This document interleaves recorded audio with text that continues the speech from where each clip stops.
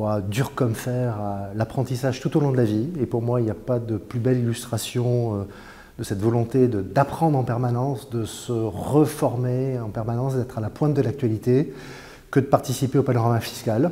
Instauré depuis 30 ans, on fête ses 30 ans et j'en suis très heureux et très fier.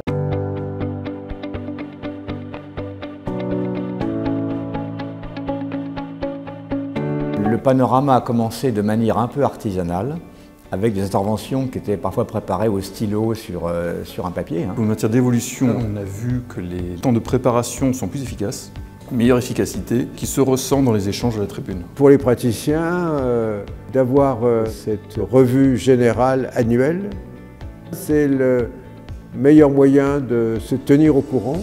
De faire un point annuel de l'ensemble de ce qui est probablement considéré comme le plus intéressant dans leur domaine, puisqu'en fait le panorama couvre tout. Le panorama fiscal, tout le monde le sait, c'est un rendez-vous incontournable de l'année pour les praticiens de la fiscalité.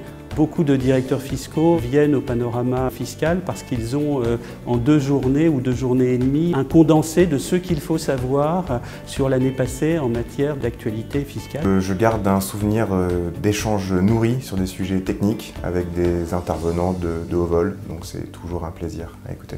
C'est des séries d'échanges approfondis avec la salle, que ce soit en TVA, à la suite d'arrêts passionnants de la Cour de justice de l'Union européenne, ou en fiscalité internationale. Il y a vraiment une confrontation entre les praticiens et les raisons pour lesquelles le juge administratif, le Conseil d'État en l'occurrence, est conduit à adopter cette position. La richesse du panorama fiscal vient précisément de ces regards croisés, de ces rencontres qui sont toujours riches et qui permettent à chacun de sentir et de connaître la vision de l'autre. Et même en cas de désaccord, on a l'occasion de montrer aux participants l'intérêt en fait, de ces échanges. Il n'y a pas un panorama auquel j'ai participé depuis 30 ans où je n'ai pas appris des choses.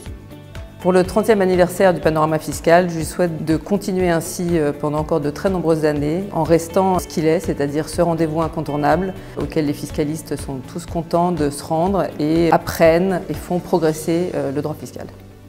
C'est une très très bonne institution qui n'aurait pas perduré d'ailleurs si ça n'avait pas été aussi bon.